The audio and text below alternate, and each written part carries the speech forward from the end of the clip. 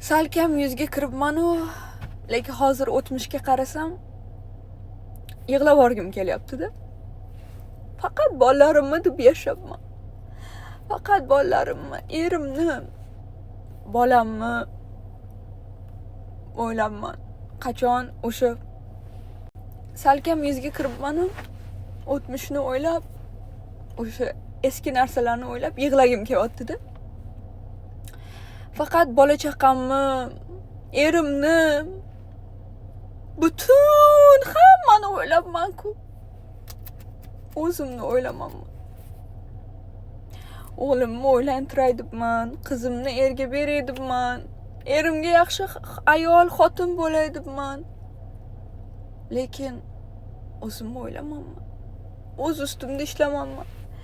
Erim topyapti-ku, boqyapti-ku. Hammani boqsa bo'ldi-da, deb shunaqa deb yashayapman. Lekin erniki ham minnatli bo'lishini kechinglar.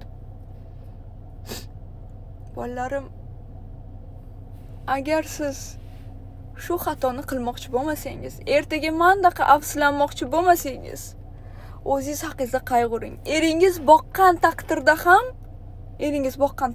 ham o'sha puldan o'zingizga investitsiya qilishni o'rganing. Misol uchun, eringiz pul beryapti. Yaxshi joyga sarflang. O'zingiz ustingizda ishlang. Faqat bolam.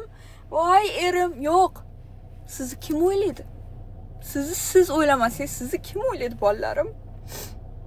Sizlardan shu iltimos. O'zingizni sevib, o'zingiz haqida qayg'urib, voy erim xiyonat qilib qo'ymasin, voy erim yo'q, qilsin xiyonat. Nima farqi bor? Siz o'zingizni bilib yashang. Agar siz o'zingizni yaxshi bilib, yaxshi tansangiz, yaxshi sevsangiz, xiyonat qiladimi, bu qiladimi, xiyonat qilsa yashab o'tirmaysiz. Ekipaj, tushunasizmi? O'shuning uchun ham nima, o'zingizni ishlang. O'zingizni seving.